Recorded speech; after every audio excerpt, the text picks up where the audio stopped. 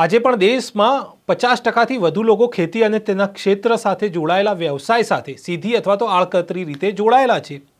પરંતુ આજે પણ દેશમાં જે ધરતીપુત્રો છે, જે ખેડૂતો છે, તેમની હાલત શું છે એ જરા વિચારો। આજે પણ ઘણી જગ્યાએ ખેતી ક્ષેત્રમાં ભ્રષ્ટાચારના કારણે ખેડૂતોની જે સ્થિતિ છે એ હાલ પણ કેટલાક જિલ્લાઓમાં સુધરી નથી રહી। આનું સીધું એક કારણ, જે સૌથી મોટું કારણ હોય તે છે ભ્રષ્ટાચાર।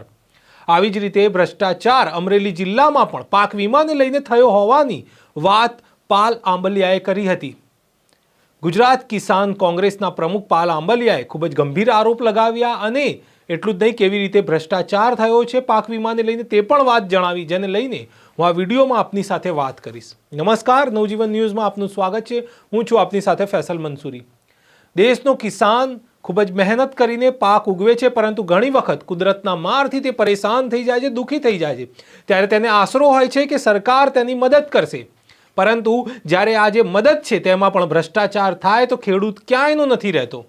હવે એવી જ વાત પાલ આંબલિયા, જે કિસાન કોંગ્રેસના પ્રમુખ છે, તેમણે કરી છે। તેમણે અમરેલી જિલ્લામાં પાક વીમાને લઈને જે ભ્રષ્ટાચાર થયો છે તેને લઈને પ્રહાર કર્યા હતા અને ગંભીર આરોપ લગાવ્યા હતા। તેમણે કહ્યું કે જે સરકારે પાક વીમા યોજના હતી તે વીમાને લઈને ઘણી વખત દુષ્કાળગ્રસ્ત જિલ્લો પણ જાહેર કર્યો, પરંતુ આ જે મલાઈ છે એ મલાઈ વીમા કંપનીઓ ખાઈ ગઈ, પરંતુ તેમને આજે પાક વીમો મળવો જોઈએ તે પાક વીમો ખેડૂતોને ન મળ્યો। અમરેલી જિલ્લામાં ઘણા તાલુકાઓમાં ખેડૂતોને 93% તો કોઈ જગ્યાએ 90% પાક વીમો મળવા પાત્ર હતો, પરંતુ આ પાક વીમો ખેડૂતોને મળ્યો નહીં અને આ પાક વીમો કોઈ બીજું ખાઈ ગયું। હવે આ કોણ ખાઈ ગયું એ તમે જ વિચારો, જેને લઈને જ પાલ આંબલિયાએ જણાવ્યું કે ક્યાંક ને ક્યાંક ભાજપ સરકારે સીધી રીતે જ પાક વીમા કંપનીઓને ફાયદો કરાવ્યો છે। અને આ સવાલ એટલા માટે ઉઠે કારણ કે જ્યારે ખેડૂતો પાસે, જે ખેડૂતને આશા હતી કે ક્યાંક ને ક્યાંક મને સહાય મળશે, પરંતુ એ સહાય કોઈક બીજી કંપનીઓ ખાઈ ગઈ, જેને જરૂર ન હતી તેવી કંપનીઓને જો આ પાક વીમા અને પાક સહાય પહોંચી જાય તો તેનું શું કરવું? એક તરફ પ્રધાનમંત્રી નરેન્દ્ર મોદી તો કહે જ છે કે અમે પૂરેપૂરા પૈસા મોકલીએ છીએ તો પૂરેપૂરા મળે છે, પરંતુ અહીં જે આંકડા જે પાલ આંબલિયાએ બતાવ્યા, જેને લઈને તેમણે પ્રહાર કર્યા, તે ક્યાંક ને ક્યાંક સવાલ ઉઠાવે છે। જે આંકડા તેમણે આપ્યા છે તેને લઈને ખરેખર સરકારે તપાસ કરાવવી જોઈએ અને કાર્યવાહી કરવી જોઈએ કે આ જે ખેડૂતોને મળવાના જે પૈસા હતા તે કોણ ખાઈ ગયું। આપ સાંભળો કે પાલ આંબલિયાએ શું કહ્યું હતું। અમરેલી જિલ્લામાં વર્ષ 2017-18 અને 18-19માં જે પાક વીમાના પત્રકો, હિસાબો અમને એ સમયે જે ગ્રામ સમિતિ બનેલી હતી, એ ગ્રામ સમિતિમાં જે વીમા કંપનીમાં અલગ અલગ લોકો કામ કરતા હતા એમની પાસેથી, સહકારી મંડળીના મંત્રીઓ પાસેથી, દરેક ગામની અંદર 2 ખેડૂત આગેવાનો આ ગ્રામ સમિતિના સભ્ય હતા એમની પાસેથી જે પત્રકો, હિસાબો મળ્યા છે અને એના આધારે જે અમે હિસાબો આજે કરી અને રજૂ કર્યા છે એ મુજબ જુઓ તો જાફરાબાદ તાલુકાની અંદર લગભગ 87%, બાબરા તાલુકાની અંદર 83%, રાજુલા તાલુકાની અંદર 97%, એનાથી આગળ તમે જોવો તો 2018-19ની અંદર સાવરકુંડલા તાલુકાની અંદર 93%, લાઠી તાલુકામાં 91%,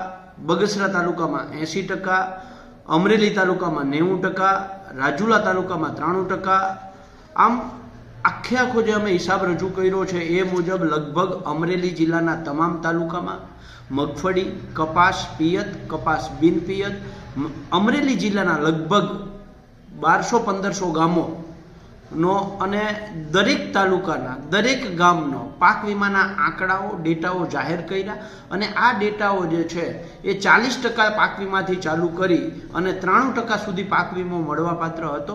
તેની સામે સરકારે રાતી પાઈ પણ ખેડૂતોને આપી નથી અને એની સામે તમે જે રાજ્ય સરકારે ઓલ ઓવર ગુજરાતની અંદર પ્રીમિયમ જે આપ્યું છે એ જોવું તો 2017-18ની અંદર 17 લાખ ખેડૂતોએ 25 લાખ હેક્ટર વિસ્તારની અંદર પાક વીમો લીધો હતો અને ખેડૂતોને 11,975 કરોડ રૂપિયા પાક વીમા મળવાપાત્ર હતો। એની સામે માત્ર 1,076 કરોડ રૂપિયા જ ખાલી પાક વીમા પેટે આપ્યા।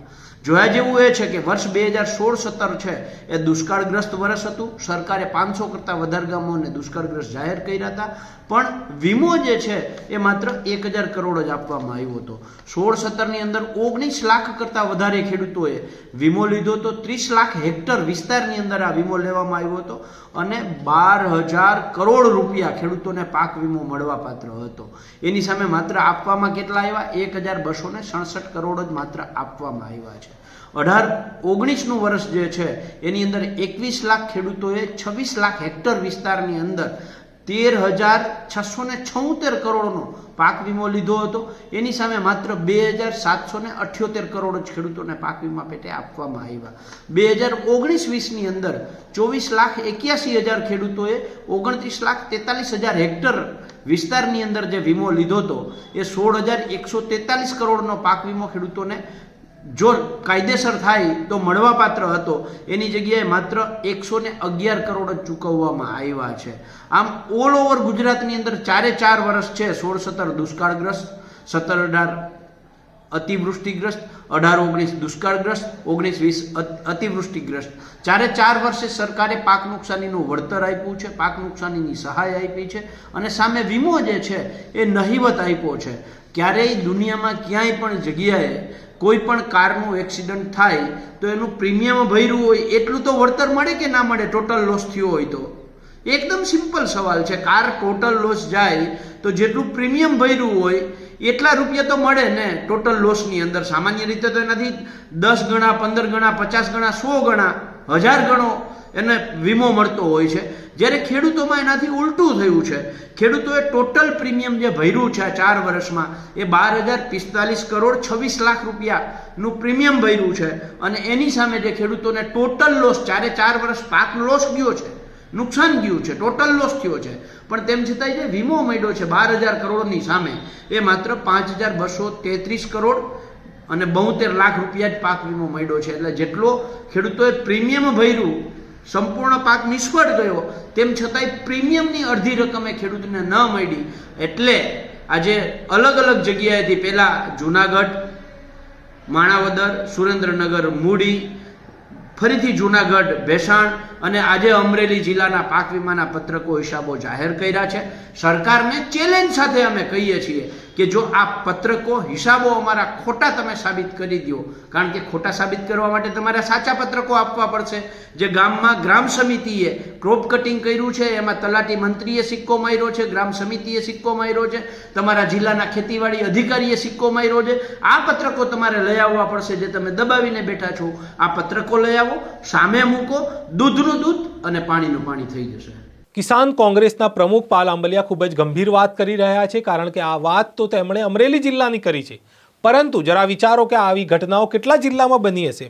આ સવાલ ઊભા કરે છે આ આંકડાઓ કે જે ખેડૂતોને મળવાની તેમની મહેનતની જે સહાય હતી, જે ક્યાંક ને ક્યાંક કુદરતના મારના કારણે ખેડૂતો પરેશાન થયા હતા, જેમનો હક હતો કે તેમને આ જે પાક વીમો છે તેમને મળવો જોઈએ, પરંતુ એ પાક વીમો તેમને ન મળ્યો અને કોઈક બીજું મલાઈ ખાઈ ગયું જે તેના અધિકાર પણ ન હતો અને તેમણે આ મલાઈ ખાઈ લીધી, એ રૂપિયા પડાવી લીધા. તો ખરેખર આને લઈને કાર્યવાહી થવી જોઈએ. આને એક બહુ મોટો ભ્રષ્ટાચાર ગણીને આવા ભ્રષ્ટાચારીઓ પર કાર્યવાહી કરવી જોઈએ. જે રીતના આરોપ પાલ આંબલિયાએ લગાવ્યા છે તેને લઈને કડક કાર્યવાહી કરવી જોઈએ.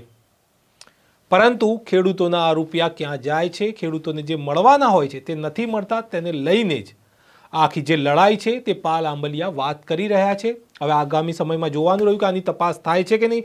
જે ભ્રષ્ટાચારીઓ છે, જેના પર આરોપ લગાવ્યા છે પાલ આંબલિયા છે, તેમને સજા મળે છે કે નહીં. તો ખેડૂતોને લઈને આ અહેવાલો અમે સતત આપને બતાવતા રહીશું. જો આપને આ પ્રકારના અહેવાલો પસંદ આવતા હોય તો અમારી ચેનલને લાઇક, શેર, સબસ્ક્રાઇબ કરવાનું ભૂલશો નહીં. ફરી મળીશું એક મહત્ત્વના વિષય સાથે. ત્યાં સુધી નમસ્કાર.